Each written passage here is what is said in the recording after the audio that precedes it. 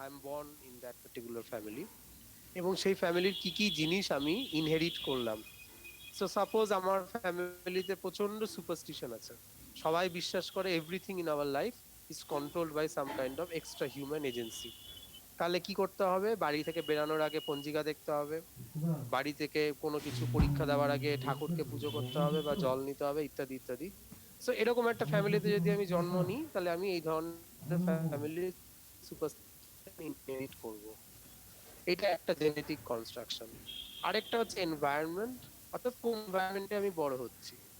আমার বাবা মা ছিলেন নকশাল, আমার বাড়িতে ছোটবেলা থেকে দেখেছি লেনিনের নামগুলো খুব ক্লিয়ার। চার রানু সান্যাল বা চারু মজুমদার, এই নামগুলো আমার কাছে খুব একটা আননোন নাম না, যেন মনে হচ্ছে এক্ষুনি আমার আঙ্কেল আন্টি। তো আমি যদি এরকম একটা এনভায়রনমেন্টে বড় হই, অবভিয়াসলি আমি কিছু র্যাডিক্যাল পলিটিক্যাল চিন্তা নিয়েই বড় হব। সো দেখো, আমাকে এনভায়রনমেন্ট এবং আমার জেনেটিক কনস্ট্রাকশন কতটা আমাকে কন্ট্রোল করে। আমি এমন একটা এনভায়রনমেন্টে বড় হলে যেখানে র্যাডিক্যালিজম ইজ সামথিং ভেরি কমন, তাহলে আমি অটোমেটিক সেই র্যাডিক্যালিজমটা ইমবাইব করব। সিমিলার ওয়েতে আমি যদি এরকম একটা কন্ডিশনে বড় হই যেখানে খুব সুপারস্টিশিয়াস, সেখানে আমি সুপারস্টিশনটা বড় করব। সো তার মানে আমাকে কি কন্ট্রোল করছে? মাই জিন, and very importantly my environment. এইটা হচ্ছে ন্যাচারালিজমের মেন প্রপোজিশন। এইটার হাত ধরেই মূলত realism, French realism and the Italian realism আসছে। তোমরা যদি বালজাকের নভেলগুলোর দিকে দেখো, এমিল জোলার নভেলের দিকে দেখানো যায়, রুসোকে দেখানো যায়। তো এই নভেলগুলোর মধ্যে কিন্তু মূলত আমরা দেখতে পাবো এরকম ক্যারেক্টার যাদের বিভিন্ন রকমের নার্ভাল ডিসঅর্ডার হচ্ছে, বিভিন্ন রকমের সাইকোলজিক্যাল ইস্যুস হচ্ছে। কেউ ভয়, কেউ ফিয়ার, কেউ অ্যাংজাইটিতে ভুগছে, এবং এগুলো কিন্তু প্রত্যেকটাই দেখা যাচ্ছে এরা এনভায়রনমেন্ট থেকে ডিরাইভ করেছে। সো এমন একটা এনভায়রনমেন্ট যেখানে সবাই খুব সাপোজ অ্যাংজাইটিতে ভোগে, রাইট? সো খুব অ্যাংশিয়াস, দেখবে ওটা অটোমেটিক কিভাবে ইমবাইব করেছে ক্যারেক্টার গুলো। এই লার্জার পিকচারটাই হচ্ছে আমাদের লেট ভিক্টোরিয়ান রিয়েলিজম। এই রিয়েলিজমের মেন কথা হচ্ছে প্রত্যেকটা ক্যারেক্টার খুব কংক্রিট, এমবডিড, সলিড ক্যারেক্টার, যাদের আমরা মর্নিং থেকে নাইট অব্দি তাদের পুরো লাইফটাকে আমরা দেখতে পাচ্ছি। তাদের লাইফটাই, there is no element of anything is not hidden from us, everything is transparent to us. এই যে রিয়েল ক্যারেক্টারটা, যেটাকে আমরা মূলত বলি এক ধরনের ফ্ল্যাট ক্যারেক্টার। কেন ফ্ল্যাট ক্যারেক্টার? কারণ ক্যারেক্টারটার কোনো বৈচিত্র্য নেই। পামেলা যেটা নিয়ে ভাবছে আর যেটা নিয়ে নভেল শেষ করছে, there is almost A continuity in that character. তুমি যদি ওই হার্টের গ্রাফ গুলো যেরকম আমাদের হসপিটালাইজেশনের পরে ইউজ করা হয়, যদি এই ক্যারেক্টার গুলো আমরা একটা গ্রাফ আঁকি, ক্যারেক্টার গুলো ইজ অলমোস্ট ওই ফ্ল্যাট গ্রাফ, কোনো রকম আপস এন্ড ডাউনস হবে না। So it's like flat. এই ফ্ল্যাট ক্যারেক্টার, আরে যে মোতাহার। ক্যারেক্টারটা, আবার আমি ওয়ার্ডটা বলছি, আমাদের কাছে ট্রান্সপারেন্ট, ফুললি আরে ট্রান্সপারেন্ট। মোতাহার না, যে তোমরা হয়তো ভাববে কেন আমি এমফাসাইজ করছি ওয়ার্ডটা। কারণ আমরা এখানে যতই বসে ক্লাস নিই, যতই আমরা প্রতিদিন দেখা করি, তোমরা যদি আহ দূরে একে অপরের সাথে দেখা করো, আড্ডা মারো, না তো। দেখতে পাবে তোমরা কিন্তু তোমার বন্ধুকে হয়তো হার্ডলি 20%ই কখন চেনো। দিলাম কালকে গাড়ি আমি। বা তুমি ইনফ্যাক্ট যাদের সাথে ঘর করো, থাকো, তাদেরকেও তুমি দেখবে লক্ষ্য করে হয়তো 40%, কাউকে 50% চেনো, নট দ্য সেম পার্সেন্ট। কেউ ক্লেম করতে পারো না যে আমি আমার বাবা মাকে বা আমি আমার বন্ধুকে ফুললি চিনি। Absolutely impossible. Why impossible? কারণ আমরা যতটা না বাইরে, তার অনেকটাই ভিতরে। এবং এই ভিতরের যে ওয়ার্ল্ডটা রয়েছে, যেখানে সাইকোলজি আছে, যেখানে আনকনসিয়াস আছে, যেখানে কনসিয়াসনেস এর সাথে আনকনসিয়াস এর লড়াই আছে, যেখানে বডি আছে, সোম্যাটিক বিভিন্ন জিনিসপত্র আছে, এবং যেখানে খুব ইম্পর্টেন্টলি আমার বেশ কিছু রকমের ফিজিক্যাল বিভিন্ন রয়েছে, কি বলে, ফিজিক্যাল বিভিন্ন রকমের চাহিদা রয়েছে, যেগুলো even I am not known to me, আমি আমাকেই কম চিনি। সেখানে বাইরের লোককে তো চেনার প্রশ্নই আসে না। তাহলে এই যে মানে রিয়েলিজম যেটা বলার চেষ্টা করলো যে আমরা একেবারে ফ্ল্যাট ক্যারেক্টার, আমার প্রত্যেক দিনকার ডায়েরি ডেসক্রিপশন দেখলে আমাকে ফুললি চেনা যায়, এই চিন্তা ভাবনাটা ইটসেলফ ইজ ইনঅ্যাডিকুয়েট। কারণ মানুষকে যদি ফুললি চিনতে হয়, তাহলে তুমি মানুষটা বাইরে বাইরে প্রত্যেকদিন সকাল থেকে রাত অব্দি কি করে, দ্যাট ইজ নট এনাফ। মানুষটা কি ভাবে, কি নিয়ে ভয় পায়, কি কি দুশ্চিন্তা করে, এগুলো সমস্ত কিছু যদি আলোচনা না করতে পারি, এবং খুব ইম্পর্টেন্টলি কি ধরনের স্বপ্ন দেখে, স্বপ্নগুলোর মধ্যে কি ধরনের বিকৃতি আসে, এগুলো সমস্ত কিছুকে যদি আমরা এক জায়গায় না নিয়ে আসতে পারি, তাহলে একটা ক্যারেক্টারকে আমরা কোনোদিনই রাউন্ড করতে পারবো না, এটা একটা ফ্ল্যাট থাকবে। So Pamela is a very much A flat character, Jonathan wild is very much A flat character. কি ভাবে আর কি মানে ওরা ওরা যা করে সারাদিন everything is made transparent to us. So romantic এবং রিয়ালিস্টিক এই দুটো যেভাবে ক্যারেক্টারকে, হিউম্যান ক্যারেক্টারকে দেখছে, এটার বিরুদ্ধেই মূলত ভার্জিনিয়া উলফ থেকে শুরু করে এন্টায়ার মডার্ন পিরিয়ডে প্রত্যেকে এটা নিয়ে অপোজ করছে, প্রত্যেকে এটাকে কন্ট্রাডিক্ট করছে। তার মূল কারণ হচ্ছে, যদি তোমাকে ক্যারেক্টারকে দেখতে হয়, যদি ক্যারেক্টারকে অ্যাডিকুয়েটলি বুঝতে হয়, তাহলে সেই ক্যারেক্টারের শুধুমাত্র সে রিয়েল লাইফে কি করছে, রিয়েল টাইমে কি করছে, দ্যাট ইজ নট এনাফ। সেই ক্যারেক্টারকে বুঝতে গেলে তার ভিতরে বিভিন্ন কমপ্লেক্সিটিস গুলোকে অলমোস্ট লাইক দ্যাট অনিয়ন একটা একটা করে খুলে খুলে আমাদের দেখতে হবে, like. So if you have to see that inner self of the character, you have to peel it out one by one, peel off করো একটা একটা করে, and in that process you can basically see the unfolding of the character. So ক্যারেক্টারটা ভিতরে আছে, again like a flower analogy, আস্তে আস্তে আস্তে আস্তে আনফোল্ড হবে। অ্যালেথিয়া বলছে, খুব বিখ্যাত একটা ওয়ার্ড আছে। সো অ্যালেথিয়া হচ্ছে এটাই, যে আনফোল্ডিং, একটা একটা করে কিভাবে বেরিয়ে আসবে। এইটাকে যদি করতে হয়, তাহলে তোমাকে সবার আগে রিয়েলিস্ট মুড অফ ন্যারেটিভ থেকে বেরিয়ে আসতে হবে। রিয়েলিস্ট মুড অফ ন্যারেটিভ থেকেই বেরানোর চেষ্টা করছে প্রত্যেকে, যতজন লিখছে in the entire modern period, যারা পেন্টিং করছে, যারা গান কম্পোজ করছে, যারা আর্কিটেকচার নতুন করে বানাচ্ছে, everybody is basically questioning this realistic mood of narrative, যেটা রোমান্টিক থেকে ভিক্টোরিয়ান পিরিয়ড প্রায় 150 বছর ধরে ইন দ্য এন্টায়ার ওয়েস্টার্ন ইউরোপে ভীষণ রকম ভাবে ফেমাস ছিল। এই এই রিয়েলিস্টিক মুড অফ ন্যারেটিভটাকে এবার প্রত্যেকে নানান ভাবে চ্যালেঞ্জ এন্ড কন্টেস্ট করছে।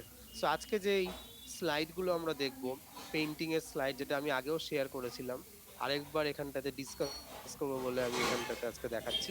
দেখতে পাবে যে কিভাবে এক এক করে পেইন্টিং এ প্রত্যেকে এই রিয়েলিস্টিক মুড অফ ন্যারেটিভটাকে কোয়েশ্চেন করছে। এটা একটা কথা বলার চেষ্টা করছে, সেটা হচ্ছে অটোনমি অফ দ্য আর্ট। একটা লাইন জাস্ট মনে রাখো, এটা this is the one line that describes it all. The art, autonomy মানে we all know what is autonomy. Autonomy মানে কি? Freedom, right? সো আর্টের ফ্রিডম, আর্টকে কি থেকে ফ্রি করব? আর্টের ফ্রিডম বললেই না, there is a lot of first যেটা আমাদের বুঝতে হবে, সেটা হলো যে why art is not free. তাও কোনো কিছু আনফ্রি থাকলে তবেই ফ্রিডমের প্রশ্নটা আসে। So why art is not free? Art এই জন্য ফ্রি না, দেখবে একটা আর্ট করার সময় পেইন্টারকে ভাবতে হচ্ছে সেটাকে রিয়েল বানাতে হবে। তাহলে সাপোজ আমাকে যদি এখন একটা পেইন্ট করতে হয় একটা গোলাপ ফুল, তাহলে সেটাকে যদি রিয়েল বানাতে হয়, তাহলে আমাকে কি করতে হবে? সেটাকে লাল রঙের করতে হবে। সেটাকে অবশ্যই যদি ওটা হেমন্তের গোলাপ হয়, তাহলে আমাকে অবশ্যই তার মধ্যে একটা শিশির দিতে হবে, বা একটা কাঁটা দিতে হবে, পাতাটা ঠিক যেভাবে হয় সেভাবে দিতে হবে। এই সমস্ত কিছুর মধ্যে করে আমি একটা গোলাপকে বানালাম। কিন্তু এই যে গোলাপটা আমি পেইন্ট করলাম, এই গোলাপটা কিন্তু আমি পেইন্ট করলাম না, আমার আমার ইমাজিনেশন পেইন্ট করলো না। এটা বেসিক্যালি আমি ইমিটেট করলাম। আমি বাগানে দেখেছি একটা গোলাপ, আমি ওটাকে ইমিটেট করলাম, করে আমি আমার পেইন্টিং বানালাম। এইটা হচ্ছে রিয়েলিস্টিক। এটা এটার বিরুদ্ধেই সবাই প্রোটেস্ট করছে, কন্টেস্ট করছে, যে তুমি যেটা দেখেছো সেটাকে তুমি ইমিটেট করলে। পামেলাকে তুমি দেখছো, তোমার তোমার মনে হচ্ছে পামেলার এই এই করে, একজনকে বিয়ে করতে চায়, তার একটা ক্লাস অ্যাসপিরেশন আছে, তার তার বেশ কিছু রকমের অ্যাংজাইটি আছে। তো তুমি সেই ক্যারেক্টারটাকে তুলে ধরার জন্য একটা এপিস্টোলারি মেথড নিলে, চিঠি লিখছে, এবং সেই চিঠিগুলোর মধ্যে দিয়ে আমি ক্যারেক্টারটাকে একেবারে সামনে, সবার সামনে ট্রান্সপারেন্ট করলাম। গোলাপটাকে বাগানে দেখে এসেছিলাম, হুবহু পেন্টিং ট্রান্সপারেন্ট করলাম। This is not art. Why it is not art? কারণ এখানে যে আর্টটা আমাদের তৈরি করলো সেটা অ্যাকচুয়ালি ইমিটেশন। এটা অনেকটা xerox machine. Xerox machine and art are not same. Rabindranath একটা বিখ্যাত এসে আছে, যেখানে ও লিখছে কনস্ট্রাকশন অ্যান্ড ক্রিয়েশন। বাংলা এসেটার নাম হচ্ছে সৃষ্টি এবং নির্মাণ। নির্মাণ এবং সৃষ্টি এসেটার নাম। সেখানে বলার চেষ্টা করছে যে তুমি কোনো কোনো জিনিস সৃষ্টি করো, আর কোনো কোনো জিনিস তুমি নির্মাণ করো। নির্মাণটা কিভাবে? বুঝতেই পারছো, বাড়ি নির্মাণ করি, ওয়ান বাই ওয়ান একটা ব্রিক দিয়ে বাড়ি বানালাম। আর সৃষ্টি, এটা কিন্তু ইমিটেট করা যায় না। নির্মাণ তুমি ইমিটেট করতে পারো, পাশের বাড়ি যেমন করে বানিয়েছে কাউকে দেখালে মডেলটা, সেভাবে তুমি নির্মাণ করলে। একটা পেন্টিং তুমি নির্মাণ করতে পারো। সৃষ্টি is something much more spontaneous, much more tied up with your, with your genius, with your inborn capacities, with your imagination, with your intuition, এগুলোকে যদি তুমি নিয়ে আসো in the painting of a rose, সেই রোজটা must be a different rose. There is no rose without an onlooker. এটাকে কেউ কখনো তোমরা কোনোদিন ইমাজিন করতে পেরেছো কোনো জিনিস অনলুকার ছাড়া হয়? কেউ কোনো জিনিস দেখছে না অথচ সেই জিনিসটা আছে। কত কিছু আমাদের চারপাশে আছে, কোন জিনিসটা আমার মনে দোলা দেয়, যেটা আমি দেখি। সকালবেলায় উঠে চা সবাই খেয়েছি বা হরলিক্স বা কিছু একটা খেয়েছো, বাট কাপটাকে কজন দেখেছো আজকে সকালবেলা? চায়ের কাপটা, ড্রিঙ্কস এর কাপটা কয়জন দেখেছো আজকে? হার্ডলি কেউ দেখেছো? কাপটার দিকে যদি দেখো তাহলেই দেখবে কাপটা তোমার কাছে রিয়েল হবে। যদি কাপটাকে না দেখো, ওই অভ্যাসের মতো করে চাটাকে রোজ নিলে আর খেলে, ওটা তো আনরিয়েল। তুমি একটা কাপ পেন্টিং করলে, তুমি কি করবে? কাপটাকে এবার দেখবে, দেখে পেন্টিং করবে। অথচ কাপটাকে তুমি সকালবেলায় কোনোদিন লক্ষ্য করো না, পেন্টিং করার জন্য লক্ষ্য করলে এবার ওটাকে ইমিটেট করে পেন্টিং করে দিলে। যে প্রশ্নটা আসছে খুব ইম্পর্টেন্টলি মডার্নিজমরা তৈরি করার চেষ্টা করছে, মডার্নিস্টরা তৈরি করার চেষ্টা করছে, সেটা হলো ওই কাপটা is not cup until I see it, until my consciousness receives it, until my thinking perceives it, until my imagination conceptualize it. আমার ইমাজিনেশন, আমার থিঙ্কিং, আমার পারসেপশন একটা কাপকে কাপ করে। আমার থিঙ্কিং, আমার পারসেপশন, আমার কনসেপচুয়ালাইজেশন একটা আর্নকে গ্রেসিয়ান আর্ন করে। নাহলে তো জাস্ট একটা আর্ন। কত তো আর্ন এরকম মার্কেটে বিক্রি হয়, কত তো আর্ন এরকম লোকে সমাধি দেওয়ার সময় নিয়ে আসে ফেরত। But do we really, observe them? Until we observe them, it's not even an entity at all. এটা আমাদের চিন্তা, আমাদের অবজারভেশন ওই বস্তুটিকে একটা বস্তু করে তুলছে। বোঝা যাচ্ছে? This is phenomenology. ফেনোমেনোলজি, আমি আমি আবার ওয়ার্ডটা এমফাসাইজ করছি। ফেনামেনা বলে একটা ওয়ার্ড, সেখান থেকে আসছে ফেনোমেনোলজি।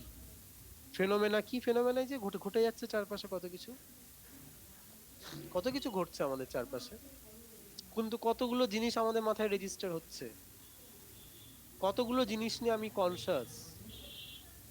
আমরা এই মুহূর্তে এখানে গুগলের ক্লাস নিচ্ছি, কতজন আমরা গুগল মিট বলে ব্যাপারটা নিয়ে কনসাস? কতজন আমরা আমাদের মাইক্রোফোনটা নিয়ে কনসার্ন, ক্যামেরাটা নিয়ে কনসাস? এখানে তো ইউজ করছি আমরা সবাই ক্যামেরায় ক্লাস নিচ্ছি, তোমরা হয়তো ক্যামেরায় সেলফি তুলবে বা কিছু ইত্যাদি। কতজন আমরা এগুলো নিয়ে কনসাস?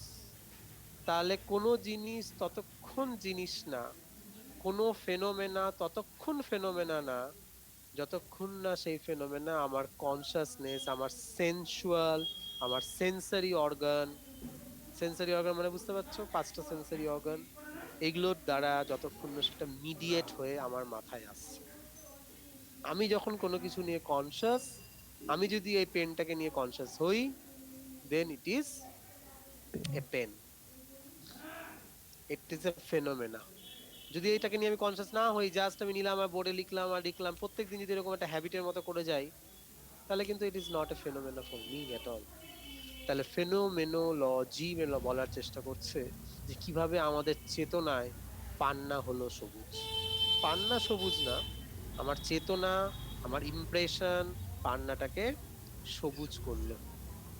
সো অ্যাকচুয়ালি যে কোনো আর্ট, অটোনমি অফ আর্ট বলতে চাইছে যে আর্টকে তুমি এইভাবে করো না যে কিভাবে সেটা বাগানে রয়েছে, ফুলটা কিভাবে বাগানে রয়েছে দেখলে আর ইমিটেট করলে আর পেন্টিং করলে, that is not the art. Art হবে তোমার চেতনা কিভাবে ওই বস্তুটিকে তোমার কাছে রিয়েল করে তুলছে।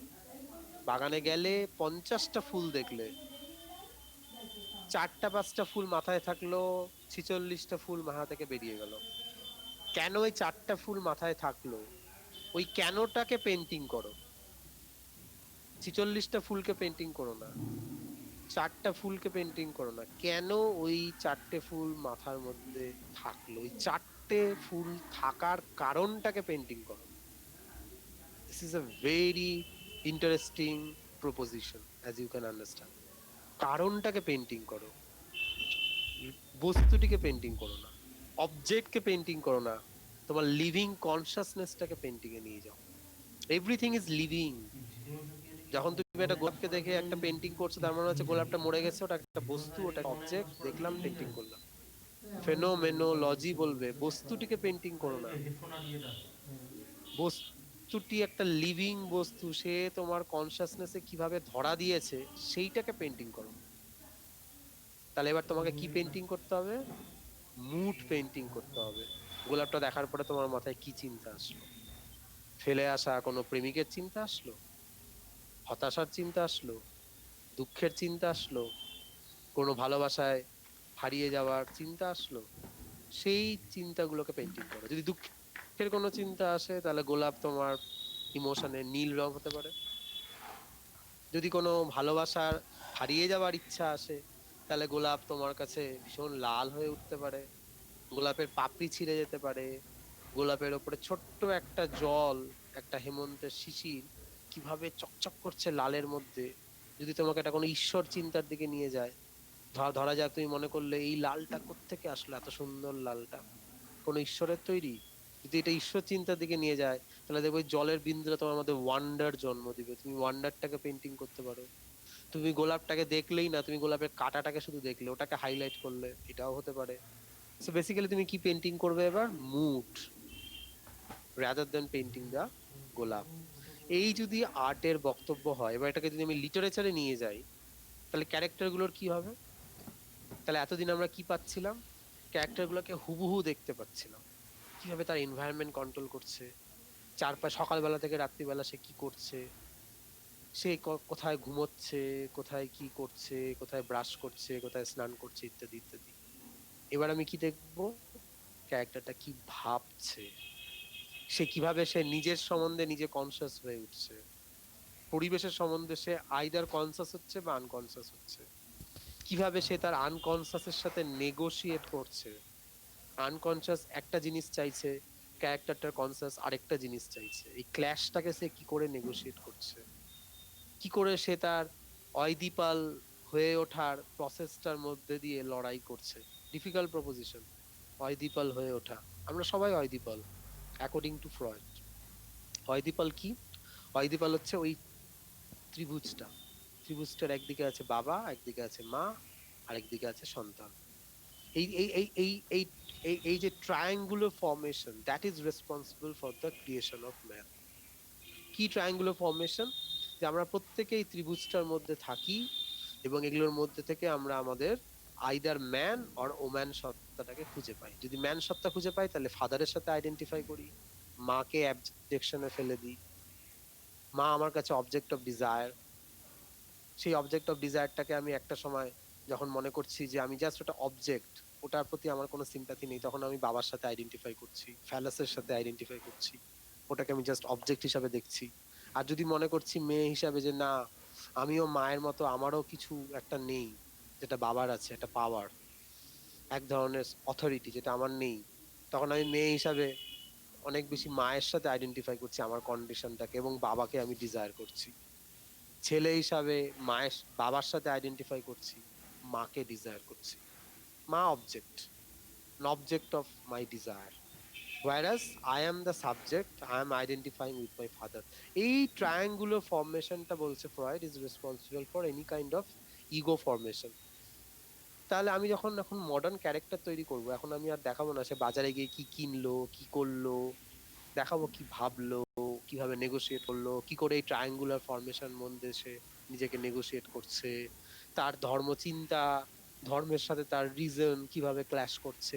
বেসিক্যালি আমি ক্যারেক্টারটার ইন্টারনাল সেলফটাকে দেখাবো rather than the external self. এতদিন অবধি ভিক্টোরিয়ান রিয়েলিজম এক্সটার্নাল সেলফটাকে বেশি গুরুত্ব দিয়েছে, মরালিটিকে খুব গুরুত্ব দিয়েছে, ভীষণ মরাল টোন। এখন অনেক বেশি গুরুত্বপূর্ণ রোল প্লে করবে the Notion of the evil. কালকে একটা একটা লেখা পড়ছিলাম, অশোক সেনের লেখা, রবীন্দ্রনাথকে নিয়ে, রবীন্দ্রনাথের মডার্ন চিন্তা। তো সেখানেও লিখছে যে কিভাবে এই নোশন অফ দ্য ইভিল, এটাকে রবীন্দ্রনাথ মেনে নিয়েছিল, কিন্তু সামহাও রবীন্দ্রনাথ এইটার সাথে কোনোদিন এগ্রি করেনি যে ইভিলই আমাদেরকে কন্ট্রোল করে, যার জন্য রবীন্দ্রনাথের গান বা লেখা বা বিভিন্ন নভেল বারবার এসছে the celebration of life, the possibility of life, কিভাবে মানুষ ইভিলকে ওভারকাম করতে পারে। ওয়ারাজ মডার্নিজমে, ব্রিটিশ মডার্নিজমে মূলত উল্টোটা এসছে, যে কিভাবে ইভিল আমাদেরকে ওভার পাওয়ার হয়ে যায়, ইভিল আমাদেরকে কিভাবে কন্ট্রোল করে। দ্য নোশন অফ দ্য এনুই, এই দুটো ওয়ার্ড খুব ইম্পর্টেন্ট। একটা হচ্ছে ইভিল, কোন একটা কোন একটা কোন একটা খারাপ, কোন একটা কিছু একটা, ship break is everywhere, there is crack in everything, famous Leonard কোহেনের গানটা, there is crack, there is crack in everything, there is a shipwreck in everything, shipwreck is everywhere. This notion of something which is lacking, this notion of something which is amiss, this notion of something which is at wrong, এটা কিভাবে constantly it, recursively it penetrate into the modern consciousness, recursively it creep into the modern consciousness. Every novelist is talking about this, কিছু একটা খারাপ ঘটতে চলেছে, কিছু একটা খারাপ ঘটবে, হতেই পারে না ভালো, evil is so overpowering, right? এবং আজকের কন্ডিশনে দাঁড়িয়ে আমার মনে হয় Covid and this rise of various kind of majoritarianism, যা যা আমরা দেখতে পাচ্ছি, যে কিভাবে আমরা একেবারে কমপ্লিটলি দেখবে মানে আনমাইন্ডফুল হয়ে গেছি towards a large section of society, যাদের জন্য মনে হচ্ছে কোনো ভয়েসই নেই, যারা ধরো এই চাকরি হারিয়ে ফেললো, যারা বাড়িতে ফিরে দেখছে কোনো কাজ নেই, তাদেরকে আবার জীবনের রিস্ক নিয়ে বিভিন্ন রকমের কাজে যেতে হচ্ছে, কেউ মিডিল ইস্ট যাচ্ছে, কেউ ব্যাঙ্গালোর যাচ্ছে, কন্ট্রাক্ট হয়ে গেছে, জঘন্য একটা বাড়ির মধ্যে দেখা যাবে 4-5 জনকে থাকতে হবে, মিস্ত্রির কাজ করতে হবে, পেন্টিং এর কাজ করতে হবে, এই যে একটা বড় সংখ্যক মাইগ্রেন্ট পপুলেশন, দেখো আমরা কমপ্লিটলি আনমাইন্ডফুল অ্যাবাউট দ্যাট। এবং আমরা শুধু আনমাইন্ডফুল নয়, এই পপুলেশনটা দেখবে অ্যাজ সাচ নিজেদেরকেও খানিকটা নিজেরা আনমাইন্ডফুল বানিয়ে দিয়েছে আমাদের কাছে, because what they want, what they think, আমরা এখন এগুলো ভার্চুয়ালি নিউজ পেপার বলো, টিভি মিডিয়া বলো, আমাদের রোজকার আলোচনায় বলো, এগুলো আদৌ এগুলো ফিচারই করে না। আমাদের ফেসবুক বলো, সোশ্যাল মিডিয়া বলো, আমরা এগুলো নিয়ে এতটুকুও বদল নই যে কি হচ্ছে। একটা বড় সংখ্যক পপুলেশন, যাদেরকে বলা যেতে পারে 90% অফ ইন্ডিয়ান লেবার ফোর্স, আমরা এদের নিয়ে অ্যাকচুয়ালি বদল নই। কেন আমরা এদেরকে নিয়ে বদল নই? কারণ আমরা যে কনসিয়াসনেসের মধ্যে এই মুহূর্তে বিলং করছি, সেই কনসিয়াসনেসের মধ্যে ইভিল বলে কোনো ব্যাপার সেভাবে নেই। আমরা ইভিল নিয়ে সেভাবে কনসিয়াস নই, আমরা ধরেই নিচ্ছি যে okay, happy go lucky, so long I am in Facebook, I have some 200-300 bucks in my pocket, in my jeep, it's funny, আমরা একটা ছোট্ট পার্টি করব, একটা দিন এগরোল খাবো, I am happy about it. Maximum আমাদের অ্যাংজাইটি হচ্ছে প্রত্যেকে নিজেদের দেখবে about job, whether I will get the job, and if I get the job then I care a hang about what is going on in the society। এই যে ব্যাপারটা এসে দাঁড়িয়েছে, দ্যাটস বিকজ আমরা এখন ইভিলটাকে দেখবে শাট আউট করে দিয়েছি, যেন মনে হচ্ছে ইভিল বলে কিছু নেই চারপাশে। ঠিক এর উল্টোটা in the modern period, 1910 civil war, Spanish civil war, first world war, economic depression, একটার সাথে রাইজ অফ দ্য ন্যাশনালিজম, আমেরিকার উত্থান, এই সমস্ত কিছু মিলিয়ে ওই ইউরোপে, বিশেষ করে ওয়েস্টার্ন ইউরোপের ওই 10-12টা দেশের মধ্যে যে এমন একটা অবস্থা তখন তৈরি হয়েছিল যে ওরা ইভিলকে অস্বীকার করতে পারছিল না, evil was so over powering. এই যদি হয়ে থাকে মডার্ন চিন্তায়, তাহলে দেখবে কিভাবে বারবার বারবার করে নভেলগুলোর মধ্যে কোনো না কোনো একটা sense of incompleteness, some kind of a sense of, sense শুধু বলবো না, মানে it's almost like a premonition, কিছু একটা খারাপ ঘটতে চলেছে। মিসেস ড্যালওয়েতে আছে, সানস এন্ড লাভার্সে আছে, any text you think about, right? Joyce you think about, Wasteland you think about Ulysses, all kinds of literature যেগুলো প্রডিউস করে দেবে, সারাক্ষণ একটা যেন অ্যাংজাইটি, কিছু একটা খারাপ ঘটতে চলেছে। So for example Sons and Lovers এর একটা বড় অংশ ধরে আমরা দেখতে পাবো কিভাবে কয়লা উত্তোলন হচ্ছে, কয়লার আওয়াজ আসছে, কয়লার ধুলা আসছে, কয়লার ধুলোগুলো গোটা বাড়িকে ঢেকে দিচ্ছে, কয়লা খনির পাশে একটা বাড়ি, সেই বাড়ির গল্প, সেটিংটা itself is so so significant. কয়লার খনির পাশে যদি কোনোদিন যাও বুঝতে পারবে কি ব্যারেননেস কয়লার খনি, কোনো লাইফ নেই, গাছ নেই, কিচ্ছু নেই, ঘাস নেই, it's a sheer panorama of barrenness, let's say a vista of barrenness। ওই barrenness এর পাশে আমাদের বাড়ি, কতটা ফুলফিলিং হবে আমাদের চিন্তা ভাবনা, হতেই পারে না। আমাদের চিন্তা ভাবনার মধ্যে barrenness জানতে অজান্তে it will creep in। ওই barrenness কে আমরা কোনোদিনই শাট আউট করতে পারি না। কে কে পারে আজকের barrenness কে? আমরা পারছি যদিও, মানে দ্যাটস এ সেপারেট ইস্যু, আমরা ভুলে থাকতে পারছি যে করোনার ফলে কত লোকের কি হচ্ছে, বাট স্টিল যদি একটু লিটারারি কনসিয়াসনেস তোমার মধ্যে কাল্টিভেট হয়, যদি তুমি একটু লিটারারি কনসাস হও, তুমি কি ব্যারেননেসটাকে ভুলে থাকতে পারো ওই ছবিগুলোকে যেগুলো আমরা লকডাউনের সময় দেখেছি, ট্রেনের মধ্যে, লাইনের মধ্যে ওই ছেঁড়া রুটিগুলো পড়ে থাকাই হোক, ওই প্ল্যাটফর্মে বাচ্চাটাকে যে মায়ের ডেড বডির পাশে খেলছে? Can we really forget it if we are conscientious enough, if we are, literary enough, if we are imaginative enough, if we are sensitive enough? Otherwise we can definitely forget. কারণ এই যে modern writers গুলোকে আমরা দেখছি, তারা কিন্তু sensitive. আর যাই হোক, তারা এই তাদের সারাউন্ডিং কে জাস্ট বলতে পারছে না ওকে ফু ফু, I don't care, eye care hang, এটা বলতে পারছে না। যার জন্য ইভিলটা এদের কনস্ট্যান্টলি এদের নভেলের মধ্যে ঢুকছে, এদের পোয়েমে ঢুকছে, এদের ড্রামাতে ঢুকছে। Think about Beckett, think about all the dramatist, novelist around this time, and all of sorry, all of them are trying to, ধর এক মিনিট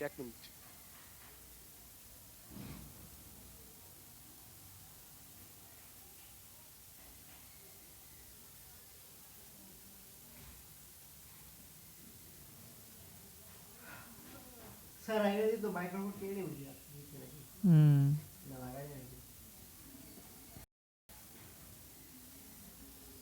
হ্যাঁ। তো এই ব্যারেননেসটাকে তুলে ধরার জন্যই কিন্তু মূলত ইভিলের নোশনটা বারবার করে মডার্ন নভেলে আসছে। এবং এবার একটু চট করে আমরা কয়েকটা স্লাইড দেখি, সবকটা হবে না, তাহলে বুঝতে পারবো আমরা কিভাবে পেইন্টিং, এই অটোনমি অফ দ্য আর্ট যেটা আমি প্রথমে বললাম, আর্ট এটা নয় যে কোনটাকে আমরা ইমিটেট করছি, আর্ট এটা যে আমার চেতনায় সেটা কিভাবে রিসিভড হচ্ছে, আমার চেতনা কিভাবে সেটাকে কনসেপচুয়ালাইজ করছে, ফেনোমেনোলজি, সেইটা কিভাবে বিভিন্ন মুভমেন্টের মধ্যে দিয়ে, ইমপ্রেশনিজম, সিম্বলিজম, বা তোমাদের দাদাইজম, যা যা এখানে রয়েছে দেখবে, সারিয়ালিজম, সবগুলো মুভমেন্টই কিন্তু এই ফেনোমেনোলজিটাকে ধরার চেষ্টা করছে। অর্থাৎ ফেনোমেনার ভিতরের আইডিয়াটা, phenomena is not important, this is phenomena, কিন্তু আমার মাইন্ড যেটাকে এবার যেভাবে কনসেপচুয়ালাইজ করবে, আমার কনসিয়াসনেস যেভাবে এটাকে কনসেপচুয়ালাইজ করবে, সেটা এই বস্তুটি, এই ফেনোমেনার ভিতরের জিনিসটিকে বার করবে, দ্যাট ইজ ফেনোমেনোলজি। প্রশ্নটা এইটা নয় যে এটা পেন না পেন না, প্রশ্নটা এইটা যে আমি আমার মাথায় এটাকে পেন হিসাবে দেখছি না দেখছি না।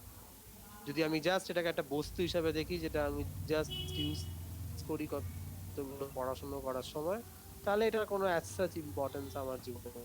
কিন্তু যদি আমি দেখা যায় বস্তুটিকে বিশেষভাবে অবজার্ভ করছি বা কনসেপচুয়ালাইজ করছি, তাহলে আমাকে বুঝতে হবে বস্তুতে ফেনোমেনোলজি আছে, and that is modern writers are trying to conceive. Let's see, তোমরা কি দেখতে পাচ্ছ স্লাইড গুলো? 20th সেঞ্চুরি আর্টস দেখা যাচ্ছে? একজন একটু বলো। হ্যাঁ স্যার। আচ্ছা, সো লেটস গো।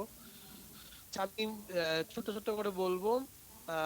দেখো, ফার্স্ট অফ অল আমরা যেটা মূলত যে পিরিয়ডটা নিয়ে আলোচনা করছি, 1860 অনওয়ার্ডস, কারণ সময় থেকে 1870 1880 এই টাইম থেকে দেখবে ইমপ্রেশনিজম গুলো আসছে, যেগুলো মূলত কি করা করছে, মডার্ন আর্ট ওয়াজ, দেখো এই পয়েন্টটা, now this point কি বলছে, modern art was about the people, places and ideas। হ্যাঁ, দেখতে পাচ্ছ না? কেউ কেউ দেখতে পাচ্ছে? আমাকে দেখতে পাচ্ছ, আর এটা দেখতে পাচ্ছ না? নেটওয়ার্কের প্রবলেমের জন্য হচ্ছে। হুসেন দেখা যাচ্ছে না? দেখা যাচ্ছে স্যার, ওদের নেটওয়ার্ক প্রবলেম হতে পারে। স্ক্রিনটা তো শেয়ার করেছি, স্যার স্ক্রিনটা আসছে না। হ্যাঁ ও বাবা, আমি তো স্ক্রিন শেয়ার করলাম গো। আমি দেখতে পাচ্ছি স্যার। আবার এটা কি করে হচ্ছে, কেউ দেখতে পাচ্ছে কেউ দেখতে পাচ্ছে না? এটা তো স্যার একটু আগে আসছিলাম আমার কাছে, এখন তো দেখছি নাই। আচ্ছা, দাঁড়া আমি আরেকবার শেয়ার করি। বেরিয়েছি।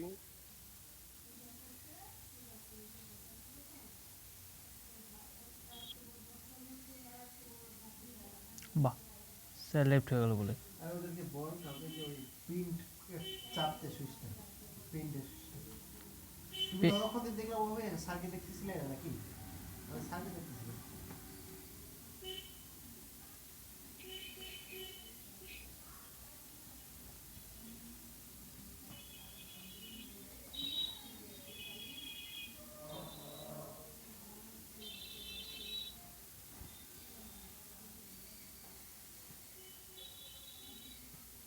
স্যার ঢুকলো না?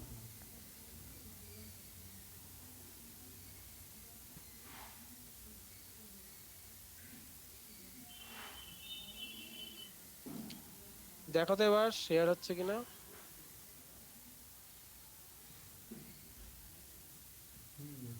হ্যাঁ স্যার হয়েছে। হচ্ছে? হ্যাঁ দেখা যাচ্ছে। হয়েছে? হ্যাঁ দেখা যাচ্ছে। ঠিক আছে, হ্যাঁ। তো জাস্ট কুইকলি আবার কখন নেটওয়ার্ক কি ইস্যু হয়।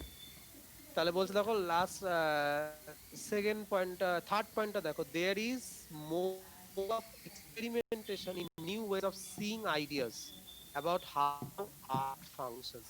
সো এটা খুব ক্লিয়ার, এই ওয়ার্ডটাকে ওরা এমফাসিস করেছে। Sorry, experimentation.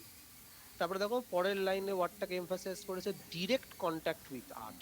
দ্যাট তুমি ওই বাগানে দেখলে ফুলটাকে আর পেন্টিং করলে, রাদার দ্যান ডিরেক্ট কন্ট্যাক্ট, তোমার মধ্যে ফুলটা টাচ করার পরে কি ফিলিং হয়েছিল, ফুলটাকে স্মেল নেওয়ার, ফর সাপোজ তোমাকে যদি পেন্টিং এমন একটা জিনিস, যদি ধরো তোমাকে স্মেলটা কেমন লেগেছে এটা তুমি পেন্টিং করো, কি করে পেন্ট করবে?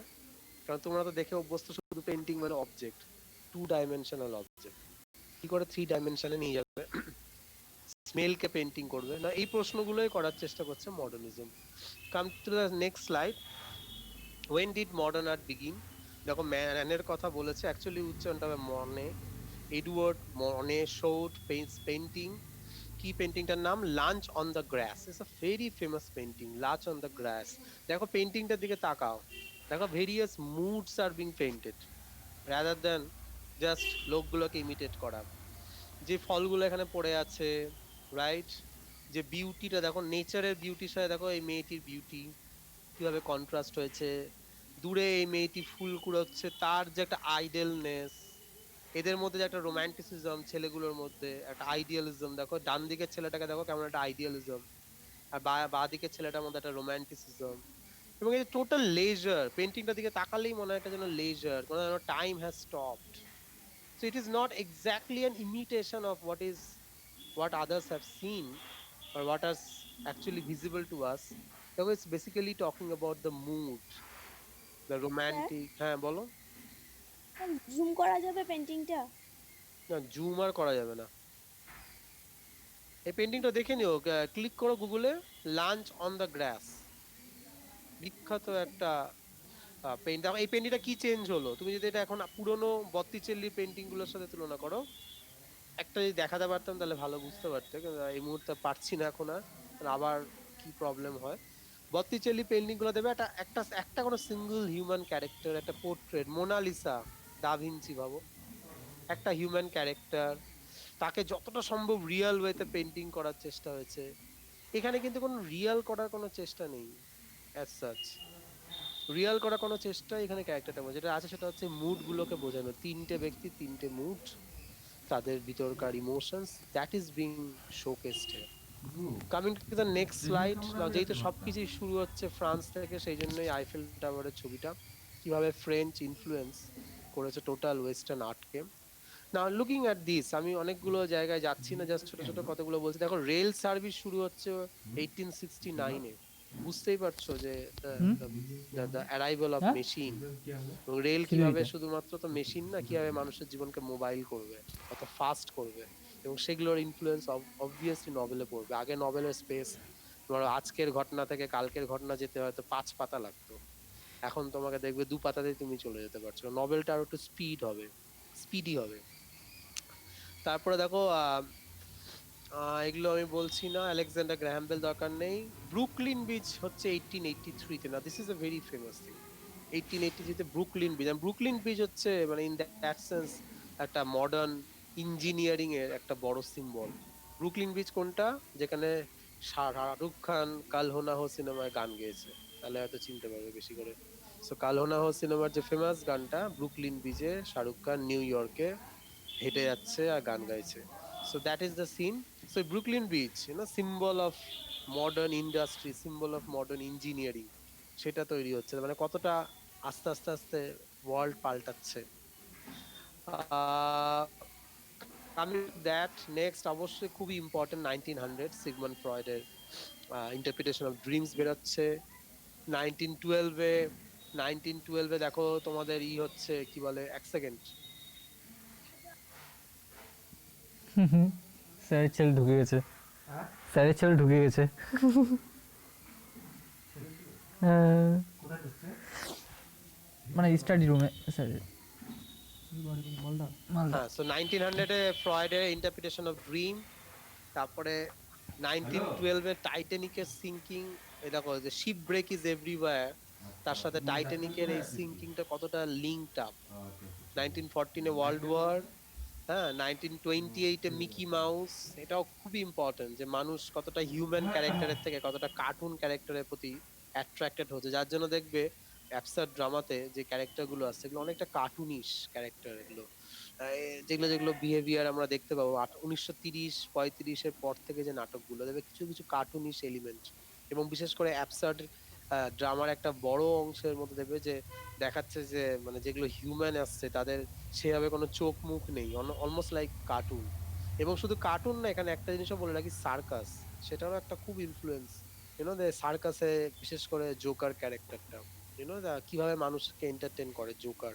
সো হাউ মাচ যখন কোনো জিনিস আমাদেরকে এন্টারটেইন করে তখন বুঝতে হবে কতটা আমরা সেই জিনিসটাকে চাই, সো কতটা আমরা সুপারম্যানকে চাই, দেখো সুপারম্যান ক্যারেক্টার আসছে 38 সালে, কতটা আমরা জোকার ক্যারেক্টারটাকে চাই, কোথাও আমরা যেন একটা কমিক ওই জোকার ক্যারেক্টারটা খুঁজি, এবং ওটা হয়তো আমাদেরই একটা কোনো অল্টার ইগো। কার্টুন ক্যারেক্টার গুলোর সাথে দেখো রয়েছে বানি ডেভিলস এর ওয়াইল্ড হেয়ার ইত্যাদি, 45 এ হুইটলার কমিটেড সুসাইড ইত্যাদি। আর আমি এগুলোতে যাচ্ছি না। 1969 এ নীল আর্মস্ট্রং মুনে যাচ্ছে। So starting with Freud, Neil Armstrong মুনে যাচ্ছে, বিগ বিগ ওয়ার্ল্ড পাল্টে যাচ্ছে। এই পাল্টানো গুলোর সাথে কিন্তু লিঙ্কড আপ লিটারেচার কিভাবে Beatles, আস্তে the আস্তে band. এগোবে। সো 70 এর পরের Band থেকে আমরা the লিটারেচারে Beatles, দেখবে হ্যাঁ। সায়েন্স ফিকশন বলে একটা ব্যাপার আসছে, যদি আরেকটু পরে 80 পর থেকে। কিন্তু এই ধরো নীল আর্মস্ট্রং এর চাঁদে যাওয়া, আর দুইবার ওটা মানুষের নিয়ে এক্সিবিশন ইমাজিনেশনটা করলাম। হঠাৎ করে রাতারাতি এটা কতটা এক্সপ্যান্ড করে যাচ্ছে। Now you are thinking about Mars, thinking about other planets where humans are reaching out. So coming to next, এইটার দিকে দেখো, এখান থেকে মোটামুটি এই উপরের গ্রাফটা থেকে না খুব সুন্দর করে আইডিয়া দেওয়া যায়, কারণ আমি তোমাদের এই পিপিটিটা যেহেতু গুগল ক্লাসরুমে দিয়েছি, সো হোপফুলি তোমরা এইটা দেখে নিও।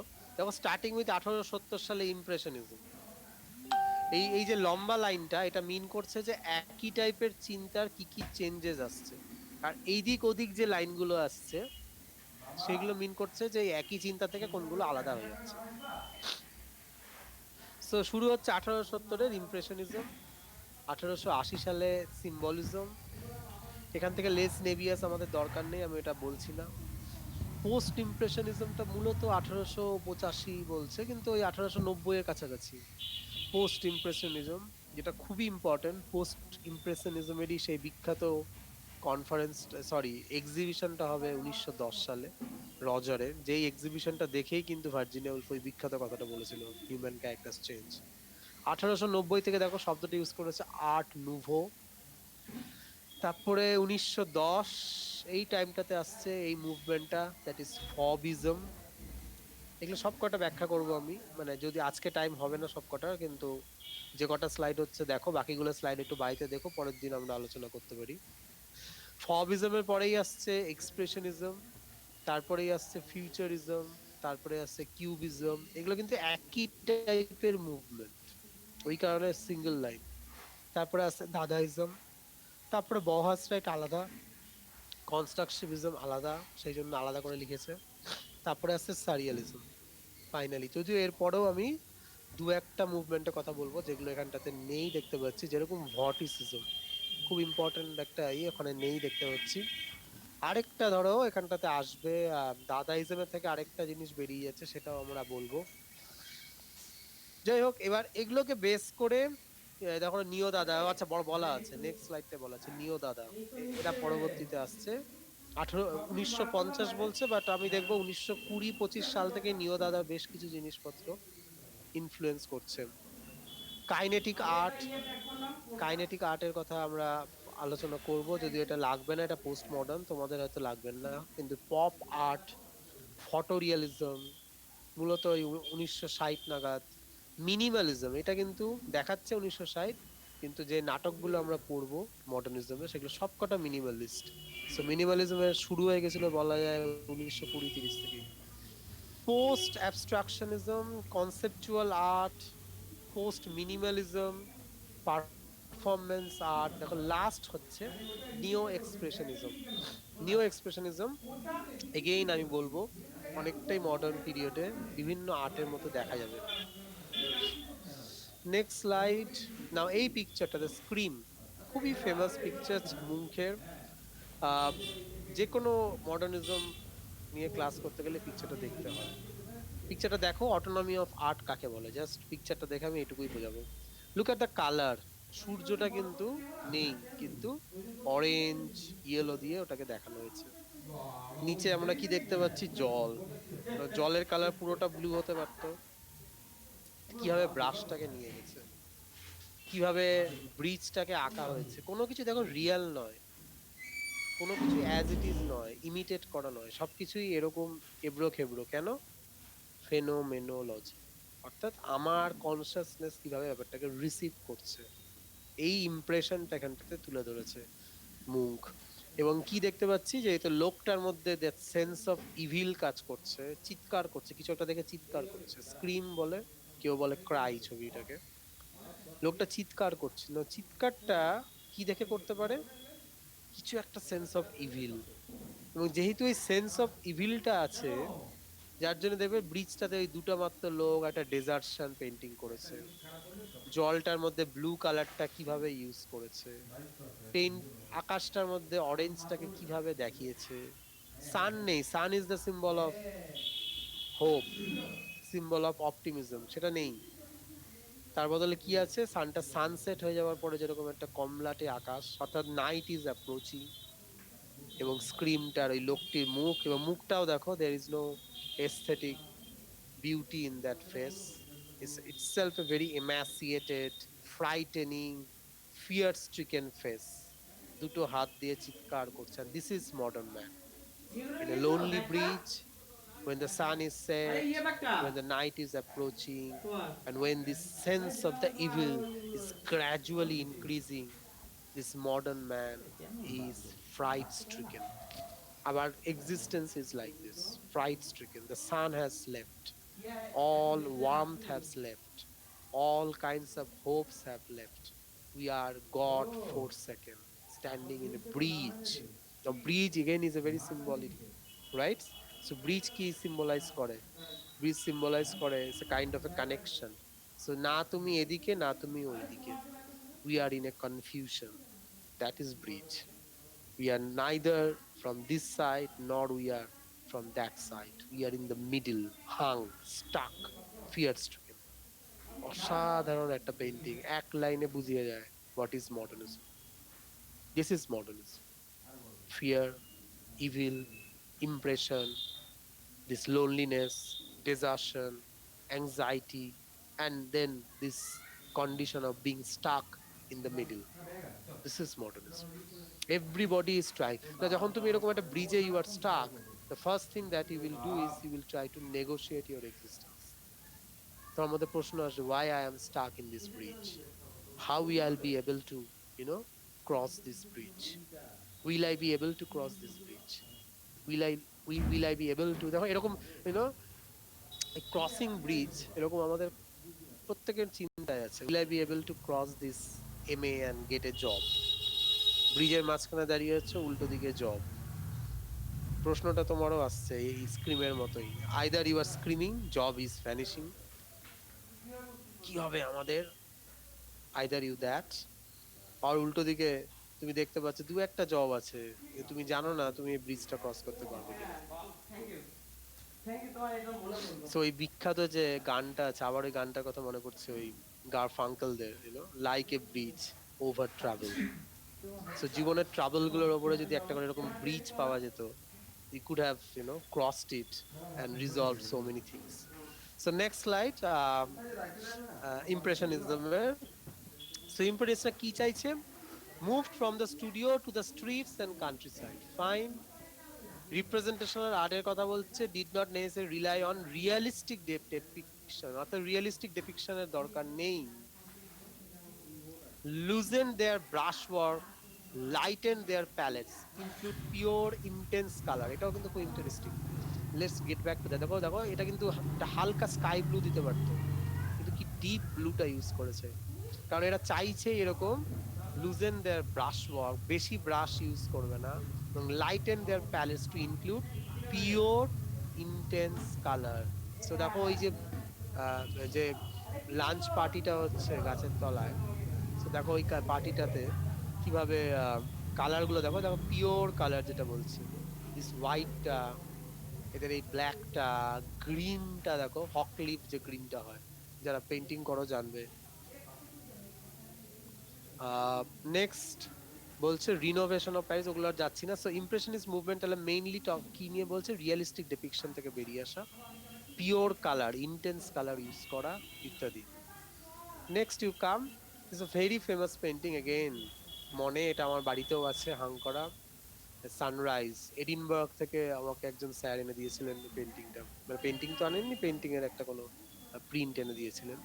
সো মনের এই ফেমাস ইমপ্রেশন, দেখো দিস ইজ ইমপ্রেশনিজম, দেখো কোনো কিছু রিয়েল নয়, কিন্তু বোর্ডটা দেখো কেমন নড়ে নড়ে গেছে, জলটা কেমন নড়ে নড়ে গেছে, সানটাও দেখো অ্যাজ সাচ গোল নয়, গাছগুলো যেন আবছা আবছা আবছা আবছা, বিকজ ইট ইজ ইমপ্রেশন, সকালের একটা ইমপ্রেশন, যেখান থেকে তুমি জানো না সবকিছু কতটা রিয়েল কতটা আনরিয়াল। দেখবে মর্নিং আর বিকেল এই দুটো টাইম হচ্ছে যখন আমরা যে কোনো অবজেক্টকে ততটা রিয়েল ওয়েতে দেখি না। সকালবেলা তুমি ফুলটাকে যেমন করে দেখো, রাত্রিবেলা দেখবে একটু অন্যরকম ভাবে দেখো।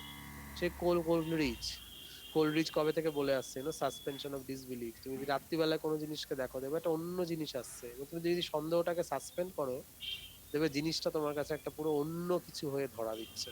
So that kind of thing, সকালবেলা এন্ড রাত্রিবেলা, ট্রান্সপিয়ারেন্স অফ সামথিং, যেটা তুমি মর্নিং এ দেখতে পাচ্ছ না।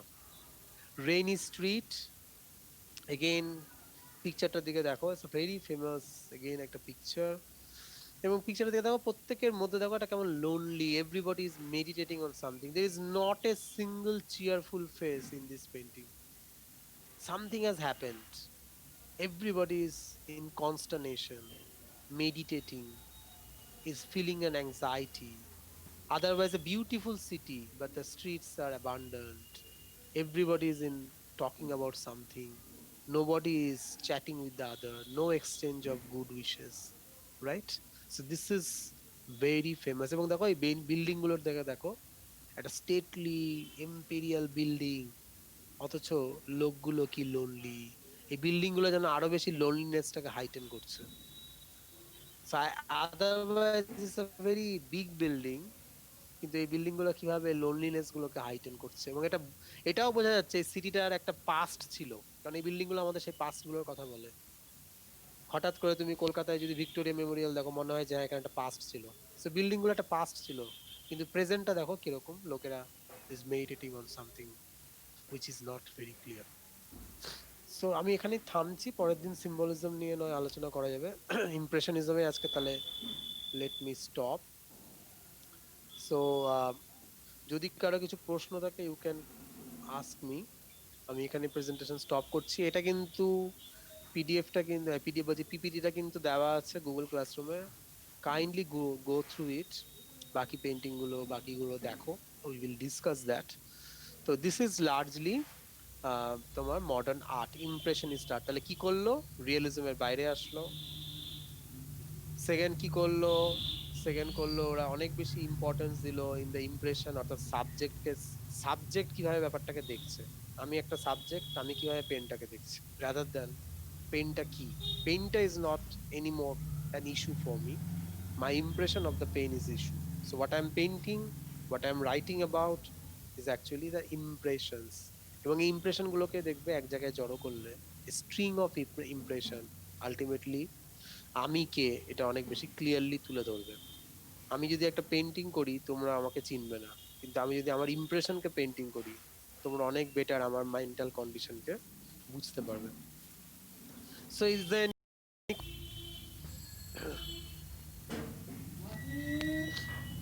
ভিডিওতে আসতে পারো তো কেউ কেউ, ইফ ইট ইজ পসিবল। ওই ভূতের সাথে মনে হলো কনভারসেশন। না কিছু আছে কনফিউশন, না it's okay. Hussain everything is fine. Ishita শুনছো? ঈশিতা ছিলে না? হ্যাঁ, তো কি হলো, কি বুঝলে? ঠিকঠাক লাগছে সবার নাকি না বুঝতে পারছো না, এটাও বুঝতে পারছি না। স্যার আমি বলতে চাইছি যে ক্লাস করানোর আগে একটু একদিন আগে জানিয়ে দিলে ভালো হয় আর কি। আগের উইকেই তো বলেছি, যেদিন গেল না ওদিনই তো বললাম যে মানডে হবে, ও বা স্যার তুমি বলছো তাহলে আমি কনফার্ম করতে। আমি তাহলে ভুলে গেছিলাম আর কি।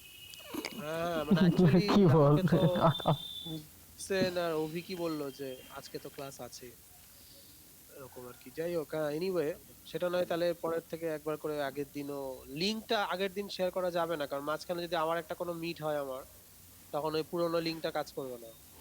আচ্ছা আচ্ছা ওই ঠিক আছে। কারণে আমাকে মিটিং এর আগেই লিংকটা শেয়ার করতে হবে, 10-15 মিনিট বা আধা ঘন্টা আগে, যাতে পরে আর ফার্দার কোনো আমার জি মিট না হয়। দ্যাট ইজ ওকে, ঠিক আছে, ওটা ওটা অ্যাড্রেস করা যাবে। এনিথিং অ্যাবাউট দিস যেটা আলোচনা হলো, বাড়িতে একটু পড়তে হবে ইমপ্রেশনিজম, নাহলে কিন্তু বেরিয়ে যাবে। ছোট্ট ছোট্ট করে না পড়ে একটা একটা করে নোট লিখে রাখতে হবে, হোয়াট ইজ ইমপ্রেশনিজম। এটা যদি না করো, যা যা বুঝছো যা যা দেখছো, দে উইল ভ্যানিশ।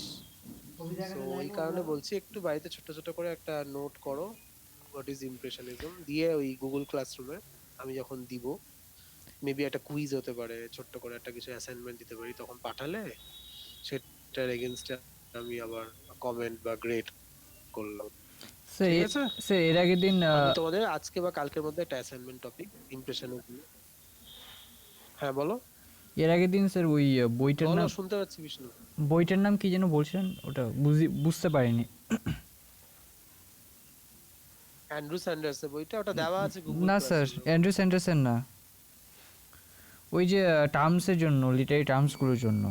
কোনটা তাও? বি প্রসাদের বইটা না কিন্তু। ওই যে বি প্রসাদের এই ব্যাকগ্রাউন্ডের, ও এটা না, এই ব্যাকগ্রাউন্ডটা নাকি বি প্রসাদের? এই বইটা তো আছে, আর একটা বই কথা বলছিলেন। লিটারি টার্মসের জন্য M H Abrams, M H Abrams sir. M H Abrams বললাম, হ্যাঁ, আরেকটা বইয়ের কথা মনে হয় বলছিলেন। এমএইচ অ্যাব্রামস, বি প্রসাদ, এই দুটো থেকে না মোটামুটি ভাবে তোমাদের টার্মস গুলো হয়ে যাবে। আরেকটা বই, হ্যাঁ, আরেকটা বই কি বলেছিল, ম্যালকম ব্র্যাডবরি বইটা, হয়তো বা। ম্যালকম ব্র্যাডবরি বইটাও দেওয়া আছে, ওটা দেওয়া আছে গুগলে। ওটা স্যার মডার্নিজমের বই। পেলিকান গাইডের একটা বই, মানে তিনটে বই দেওয়া আছে, তিনটে হচ্ছে। হ্যাঁ স্যার, কি বলেন, টেলিকা? হ্যাঁ কিন্তু এই তিনটে বই যারা মাস্টার্স করছো তাদের দেওয়া আছে, দেখো তিনটে বই দেওয়া আছে, দেখো অ্যান্ড্রু স্যান্ডার্সের একটা বই দেওয়া আছে, একটা ম্যালকম ব্র্যাডবরি দেওয়া আছে, আর একটা পেলিকান গাইড টু মডার্নিজম, যে 10 নম্বর, 10 না সরি বোধহয় 9 নম্বর খণ্ড, ওটা 9 নাহলে 8 হবে, ওই খণ্ডটা দেওয়া আছে। 9টা বোধহয় পোস্ট মডার্নিজম আর 10টা বোধহয় আমেরিকা, হ্যাঁ 8 নম্বর বোধহয়। তো ওই ওই 8 নম্বর খণ্ড থেকে আমি পেজও বলেছি, সব পড়তেও বলিনি, 10-12টা, কোনোটা 20টা পেজ। কিন্তু তোমরা যারা এমএ করছো তাদের কিন্তু ওইটুকুটা লাগবে, বিশেষ করে পেলিকান গাইডের ওই ইন্ট্রোডাকশনটা লাগবে, ব্যাকগ্রাউন্ড ইন্ট্রোডাকশনটা। ওইটা না বুঝলে তুমি তো মানে কোনো ভাবেই কিন্তু উলফ বলো বা জয়েস বলো, এতে লিখতে পারবে না আনসার। ওখানে সুন্দর করে বুঝিয়ে দিয়েছে কি করে ইমপ্রেশনিজম থেকে পোস্ট ইমপ্রেশনিজম, সেখান থেকে কি করে আসলো তোমার লজিক্যাল অ্যাটমিজম, সেগুলোর থেকে ফ্রয়েড, সেগুলোর থেকে কিভাবে ভার্জিনিয়া উলফ, জয়েস। এই এই লিঙ্কটা বুঝতে হবে, তো এই লাইনটা বুঝতে হবে, এটা there is a line, fine line. আর তুমি যদি সেটা পড়ো, অ্যান্ড্রু স্যান্ডার্সটা পড়ো, ও দেখবে প্রথমেই শুরু করছে সাইকোলজিটা দিয়ে, হুম। প্রথমেই শুরু করছে ভার্জিনিয়া উলফের বাড়ি, ভার্জিনিয়া উলফের বোন, বাবা, এবং বিশেষ করে ওই যে ওই লোকটির কথা, ওই কি বলে, স্ট্র্যাচি, একটা স্ট্র্যাচি এক্সাম্পল। বাড়িতে কিভাবে জড়ো হচ্ছে, এমিনেন্ট ভিক্টোরিয়ান বলে বইটা লিখছে, সেই বইটাতে ও 4 জনকে কিভাবে ক্রিটিসাইজ করছে। এবং ওই অ্যাকচুয়ালি ভিক্টোরিয়ানিজম থেকে তো বেরিয়ে আসছে, ওই কারণে প্রত্যেকেই এরা ভিক্টোরিয়ানিজমকে নানান ওয়েতে ক্রিটিসাইজ করছে। ওই ক্রিটিসিজমটা বুঝলে বোঝা যায় এরা কি বলতে চাইছে। আজকে যা বুঝলাম বললাম সেটা মূলত এটাই, রিয়েলিজম থেকে কেন বেরিয়ে আসতে বলছে। ঠিক আছে, আচ্ছা স্যার, বলছি ওই যে হ্যালো। হ্যাঁ বলো, শোনা যাচ্ছে। হ্যাঁ স্যার, বলছি যে ওই যে পেন্টিংটা আছে ওখানে, ওই স্ক্রিম বা ক্রাই যেটাই বলি না, তো ওটা কি অ্যাকচুয়ালি এক্সপ্রেশনিজমের একটা পেন্টিং না ইমপ্রেশনিজমের একটা পেন্টিং? কারণ আহ, এটার ডিফারেন্সটা কি থাকছে দুটোর মধ্যে? মানে এটাকে দুটোই এক্সপ্রেসিভ বলা যদি যায়, এরকম। দুটোই বলা যায়, কিন্তু এটা ইমপ্রেশনিস্ট মুভমেন্টের পেইন্টিং, কিন্তু এটা এক্সপ্রেশনিস্টদের ব্যাখ্যা করার সময় এটাকে ইউজ করেছে এক্সপ্রেশনিস্টরা, কিন্তু এটা ইমপ্রেশনিস্ট, মানে সেই অর্থে দেখলে মুঙ্ক অ্যাকচুয়ালি ইমপ্রেশনিজমের। কিন্তু এটাকে এক্সপ্রেশনিস্টরা ব্যাখ্যা করেছে যে অ্যাকচুয়ালি গোটা ছবিটার মধ্যে আছে মানুষটার নাকি আনকনসিয়াসটা। এই এক্সপ্রেশনিস্ট পেইন্টিং না আরেকটু মানে অ্যাবস্ট্রাক্ট হবে এখানে, তাও অ্যাটলিস্ট একটা হিউম্যান ক্যারেক্টার দেখতে পাচ্ছো, পিছনে একটা ব্রিজ দেখতে পাচ্ছো, কংক্রিট কিছু দেখতে পাচ্ছো ইমপ্রেশনিজমে। যত এটা এগোবে মানে মুভমেন্ট যত এগাবে দেখবে ব্রিজ আর থাকবে না, হিউম্যান ক্যারেক্টার গুলো আর থাকবে না, কারণ এটা পুরোটাই হবে মানুষের আনকনসিয়াস। তোমার আনকনসিয়াস কে যদি আমি পেইন্ট করি, যেটা দাদাইজমরা করার চেষ্টা করবে, দেখতে হবে তোমার আনকনসিয়াস যদি পেইন্ট করি তাহলে তো তোমার মুখ, তোমার ওই বডি, এটা আমার প্রয়োজন নেই। আমি অ্যাকচুয়ালি তোমার প্রয়োজন হচ্ছে তোমার মাইন্ডটাকে যে আমি জলের মতো দেখি, ফ্লো, যে কোনো কিছু ফ্লো, মাইন্ডের চিন্তাগুলো, তাহলে তুমি জাস্ট একটা ফ্লো কে দিয়ে তোমাকে ব্যাখ্যা করতে পারি, তোমাকে পেইন্ট করতে পারি কতগুলো জলের স্রোত এসে কিভাবে তোমার মধ্যে মিশেছে। বুঝতে পারলে? এটা যত এগোবে তত অ্যাবস্ট্রাক্ট হয়ে যাবে হিউম্যান তাহলে স্যার ক্যারেক্টার। ডিফারেন্সটা কি হবে ইমপ্রেশনিজমের মধ্যে? Expressionism is entirely psychology, entirely collective unconscious. মানে এক্সপ্রেশনিস্টরা কি বলার চেষ্টা করছে, এটাই বলার চেষ্টা করছে আমাদের ভিতরে একটা ঈদ আছে, সেই ঈদটাকে এক্সপ্রেস করতে হবে রাদার দেন দা বাইরে কি দেখলাম। আমার ইমপ্রেশন যেটা হচ্ছে সেটা তো আমার বাইরের চোখ দিয়ে দেখা, কনসিয়াস চোখে দেখা। বুঝতে পারলে তো? আমি সাপোজ তোমার দেখছি, কি বলে, তোমাদের ওই রায়গঞ্জের দেখছি, কুলিক রিভার দেখছি, ফরেস্ট দেখছি, সেটা তো আমার কনসিয়াসনেস দেখছে। সেখানে আমি কনসিয়াসলি বোঝার চেষ্টা করছি যে কেন আমার কাছে কুলিক রিভারটা অ্যাপিলিং হচ্ছে, বা কুলিক রিভারের কোনো একটা জিনিস কেন আমার কাছে বেশি অ্যাট্রাকটিভ হচ্ছে আদার দেন রেস্ট অফ দ্য থিংস। কিন্তু দ্যাট ইজ কনসিয়াসলি দেখছি।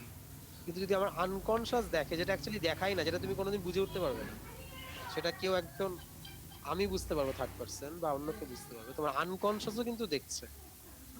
সেই আনকনসিয়াসে দেখাটা কেমন, সেই দেখায় তো আর রিভার থাকবে না, ব্রিজ থাকবে না, ব্যক্তি থাকবে না, সেটা তো আনকনসিয়াসের দেখা।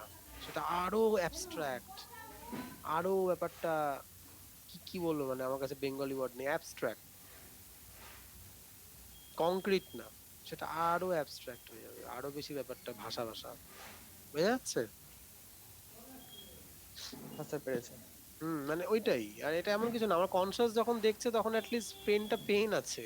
এবার আমি হয়তো পেনটাকে, সাপোজ আমি পেন্টিং করার সময় ধরো পেনটাকে আমি অন্যভাবে দেখানোর চেষ্টা করলাম যে পেনটার মধ্যে একটা গাছ আছে, এখান দিয়ে অনেক গাছ উঠে গেছে, বিকজ পেনটা আর গাছ আমার কাছে একই জিনিস।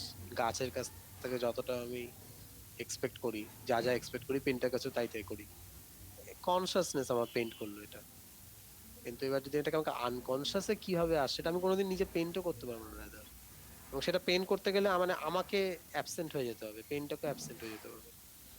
থাকবে কি, থাকবে হচ্ছে আমার আনকনসিয়াসের বিভিন্ন রকম চিন্তা।